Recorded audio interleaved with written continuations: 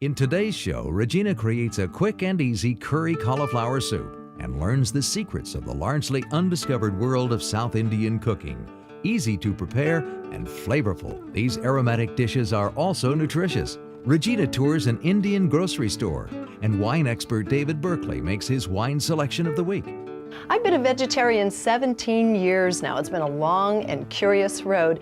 The way it started out was simply swapping out hamburger for soy-based hamburger and using my old recipes. And as time went on, and with a little bit of exposure to some ethnic cuisine, I was able to find much more interest where spices and herbs came into play. And as a result, probably my favorite, or certainly in the top 2 or 3 favorite cuisines, is that from India. And you'll notice on a number of the shows we featured some dishes from India, although it's always been from northern India. Very rarely do you see a show, or do you even go into a restaurant where you're seeing southern Indian cuisine featured today, which is what we're going to do, a little bit of both. We have a very special guest joining us in a little bit, Alamelu Vairavan. She's from Milwaukee, Wisconsin, and that's her specialty. She's written a book on the art of southern Indian cooking, and there are some primary differences, not so much in the vegetable ingredients, but in the spicing combinations.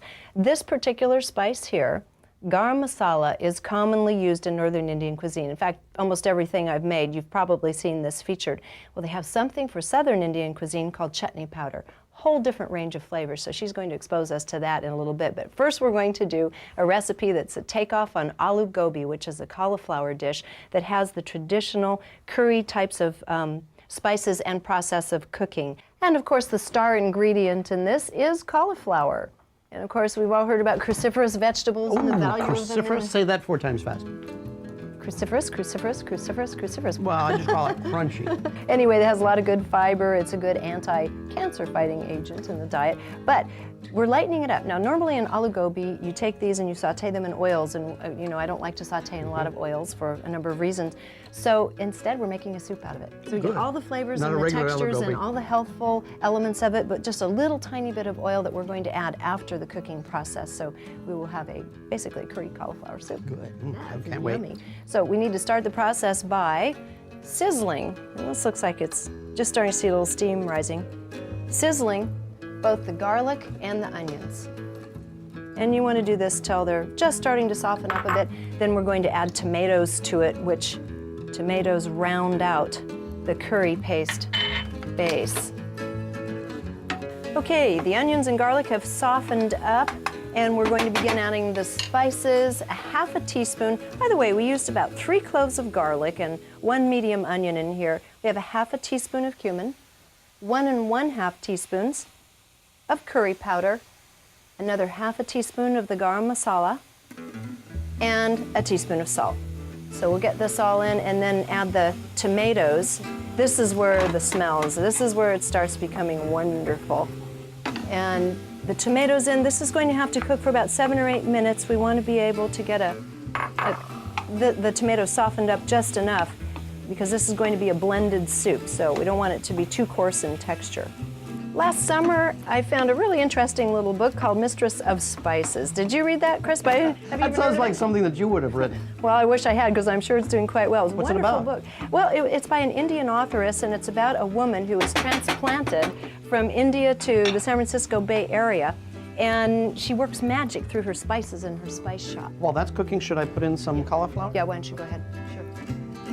Anyway, it's just, if you have time, it's a quick little read and wonderful book, because it does talk about some of the qualities, both flavor-wise and health-wise, and also magic-wise, of some of the herbs and spices that we're using today.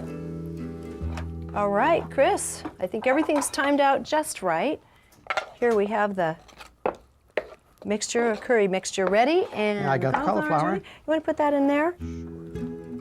You're going to be mixing it all up? Yeah, this is actually a very quick soup. Other than the few minutes of cooking time, we're just about done here. And, whoa. I lost a few. Oh, Jeannie will get it. Oh, Jeannie, she'll be very happy you had that little problem there. And here we go. Then we cover the vegetables with a little bit of broth, okay? We can use it, you can use it whether you made your own broth or you use it out of one of these. Just enough broth in there to cover up. There we go. So it's almost covering the cauliflower, and it's cooling it down a little bit because this is at room temperature. And we want a somewhat coarse puree, a little bit of texture in here still. And basically all your spices are done. At this point, you can use as much or as little broth as you like to get the texture you like, and there will be an overlay to this in a moment. One more option. Take this top off. There we go.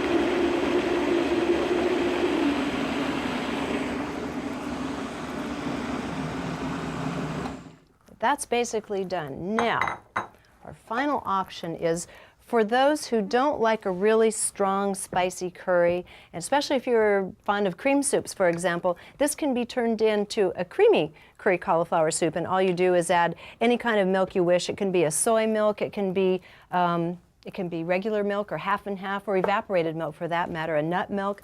And just add it in the place of the last little bit to get the texture you want, the last little bit of broth, and then you'll have a creamy cauliflower soup, and it cuts a little bit of the heat out of the spices. So for those with a sensitive palate, that's one way to go. And Chris, you want to bring our little chicken over so we can make this presentable? And while we're getting ready here, we're going to be bringing alamelu in a little bit, but first we're going to an Indian market in Vancouver, BC, where they feature just about everything you'll be seeing in all of today's recipes. Looking forward to this. If you don't know where to find your garam masala, all you have to do is come to Vancouver to the All India store.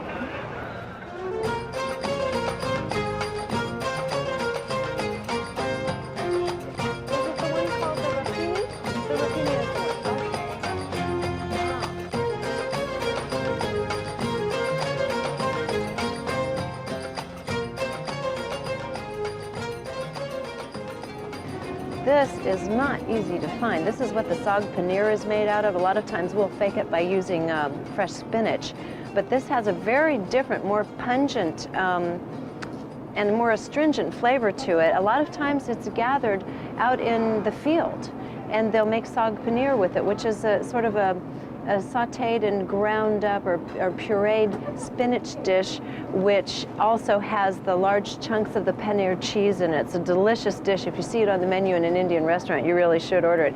But this is what it's made from. Almost looks like a mustard weed, and it has the little yellow blossoms coming on it.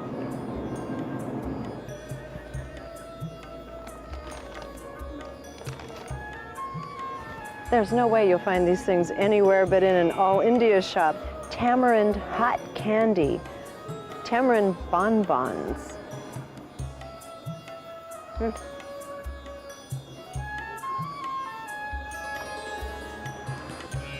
about here?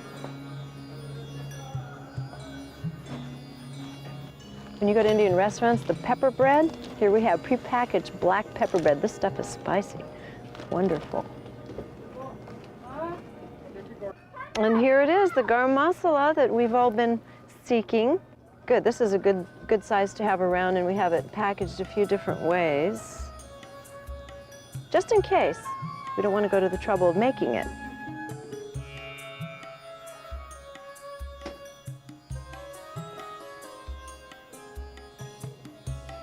Good prices on the spices here as well.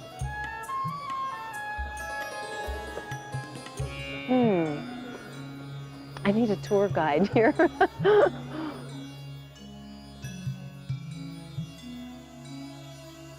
One of the things I love about shopping in Indian stores is that you can really get a wide variety of legumes. The diet's really rich in legumes, and you can get mung beans and lentils of every color and type, some that are already split and only take minutes to cook, and others which take a little bit longer, a lot of different flavors and textures.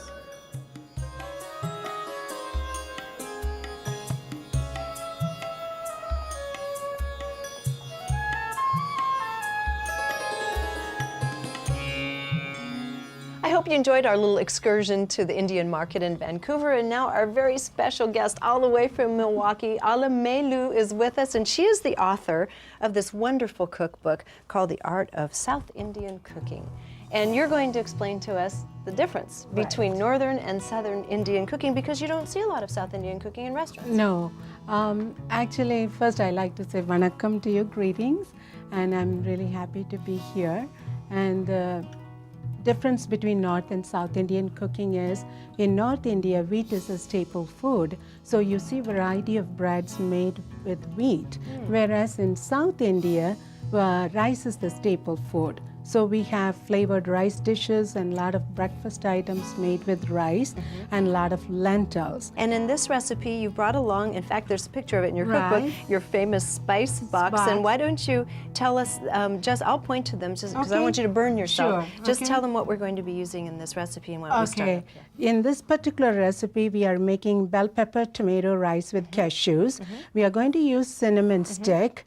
We will be using cumin, fennel, turmeric, bay leaf, and bay leaf is right there.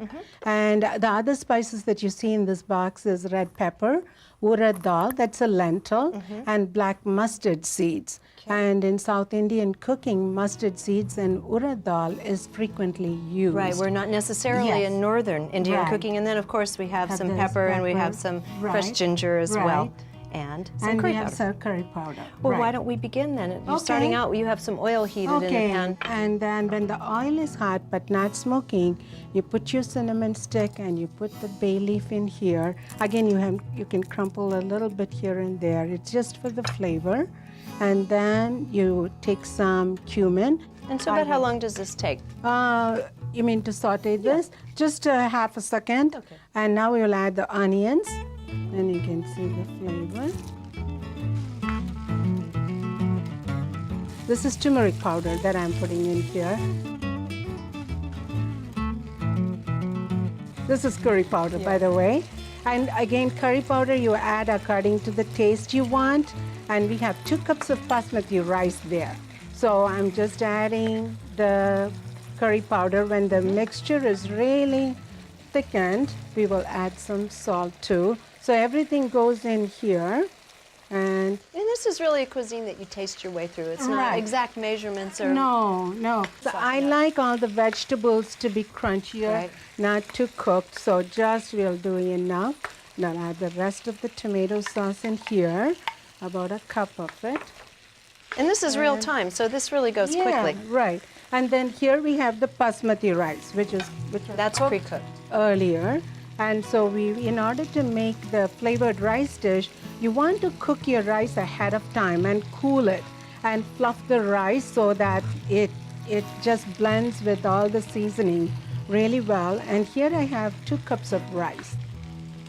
And then you mix it up and Et voila, we have our tomato and bell pepper rice. And so would you put the cashews on just at the very end as a Yeah, garnish, or do you mix it in? I like to mix it in, and I know a lot of people like cashews, but if you don't want the cashews, you can omit that too.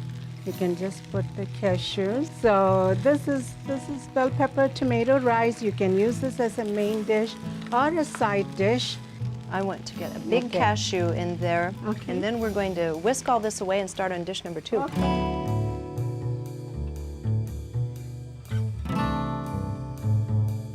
No Indian meal would be complete without a cup of chai at the finish. Now, if you go to some of the popular espresso houses around the US and in other countries now as well, you're going to see chai on the menu. It's usually called a chai latte. In fact, a chai latte is pretty much the same as a classic cup of Indian chai, which is a combination of tea, you can use either green or black tea, and aromatic and peppery spices that have all been steeped together to create a nice aromatic spicy tea base. Now we're going to start out today, I'll show you some of the spices, we're going to make our own chai. We'll start out with just a couple of cloves here, and then here we have cut ginger. You don't want powders if you don't have to use powders, although we are going to grate a little bit of nutmeg here in a bit. Here we have some cloves, ginger, and we have some black peppercorns. We'll come to this last, and a really dominant flavor is cinnamon. So here we have a little bit of chipped fresh cinnamon, and we have some allspice. We'll put this in here along with a little bit of freshly grated nutmeg. Now, it's actually, you can use even a grater this coarse is fine for nutmeg. In fact, for using these little muslin bags, it works even better. We'll just do a little bit of it here because freshly grated nutmeg is much more potent than what you get pre-ground. So here we have a little bit of that. We'll add this to the brew. You'd be surprised how strong the aroma of this fresh nutmeg is. Now, if you're going to go with fresh cardamom, I've already put some in this little mortar. You have to just pound it around a bit, okay? You don't have to go at this too aggressively because these little pods are delicate and you would not believe the aroma. You don't want to use too much cardamom in this because it's very potent. Here you're going to see, look there's our yield here. Just a tiny bit, this much cardamom will be fine for this little pot of tea that we're making. And you add this to the bag here, and we're going to pop this in some water. We have a little bit of boiling water behind us. Okay, we let this boil, a very low boil, for about 5 to 7 minutes, and then we've added a tea bag, which has also been steeping now for about 3 minutes, and it looks like the mixture is ready to go. And it'll look like a traditional tea, but you should smell the spices, sort of like a cross between hot mulled wine and tea. We'll use about a 50-50 mix between the tea and the milky source. In this case, we're going to use a nice light sweet almond milk, which goes very well with these spices. And again, they're both heated. And for a sweetener, we're going to do something different. So we're going to use fructose as a sweetener in this. And about a teaspoon should do. Again, it really goes according to your own taste. So that's all there is to chai latte. You can make it simple on yourself, or you can go ahead and gather all your spices. That is a little more economical way to go, and you know that all of your spices are fresh. Again, just put them in the little muslin bags and your chai latte tea is ready to go. So, enjoy.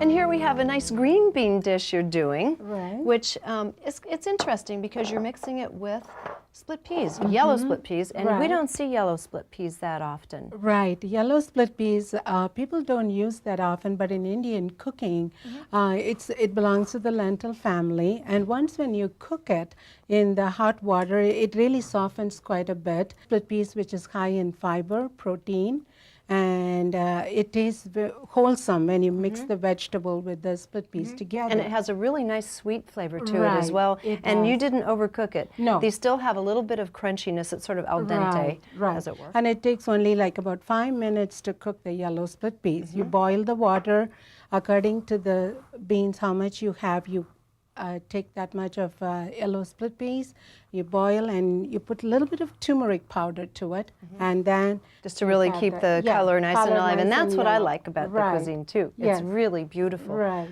So now what we are going to do is green beans PORIYAL.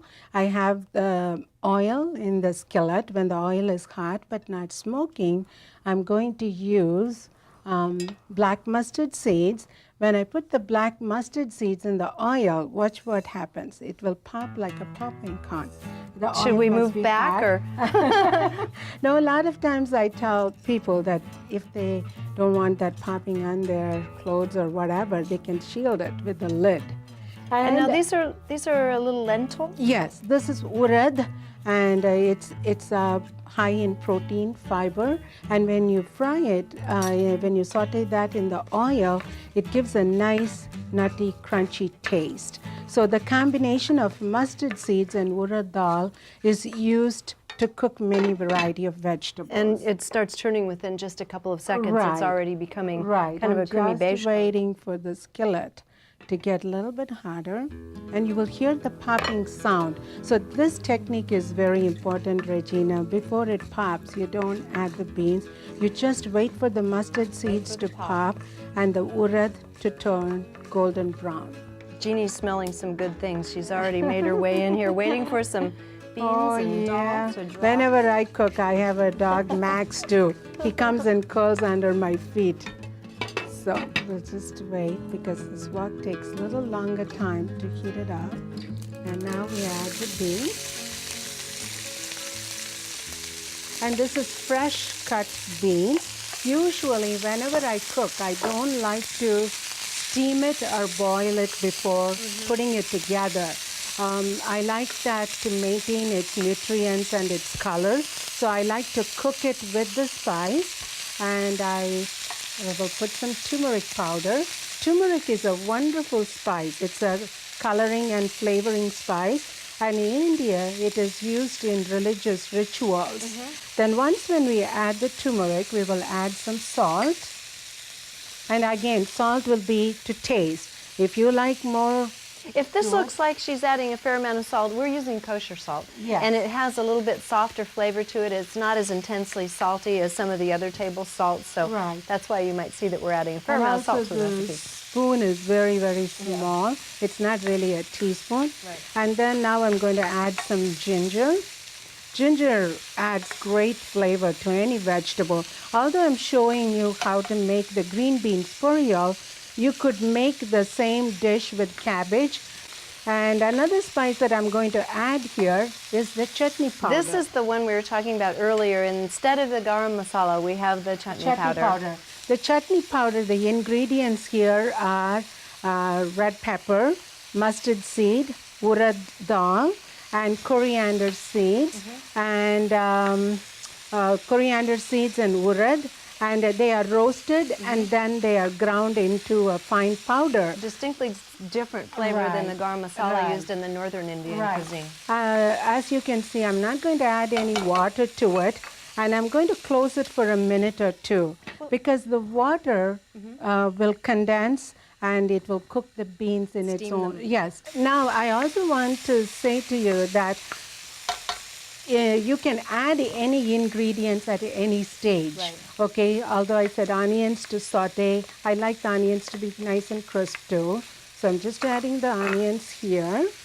And as you can see, it's really good. The beans are turning a little deeper green, so we're starting. Right. They're starting to cook a bit. Yeah. And then what you do is you add this lid for a few minutes and then let it cook for a while. And now I added the cooked yellow split peas here. And you can use fresh coconut, but here I'm using the powdered unsweetened coconut. That's it. You can make this dish with the cabbage or cauliflower. Now taste it. And if the seasoning is not right, we can add more chutney powder or salt or I'm stealing whatever. your little spice Oh, spoon. that's fine. And if the beans are not cooked, we can close this for a few minutes. They are. Okay?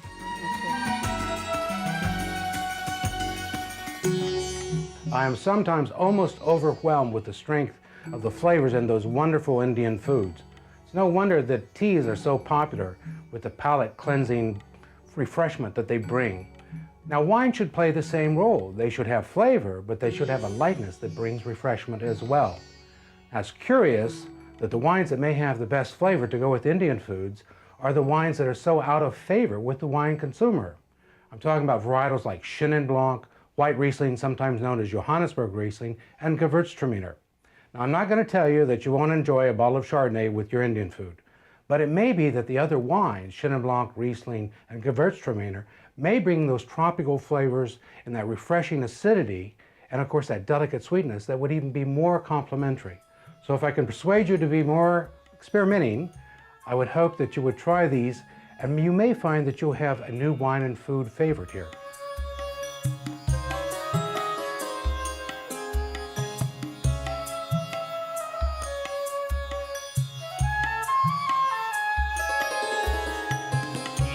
Alamelu, I want to thank you for joining us today. It's been wonderful. Most of us have never had any exposure to Southern Indian cuisine, so it's been very enlightening. And also, the cuisine is as simple to prepare, healthful, wonderful flavor, wonderful color.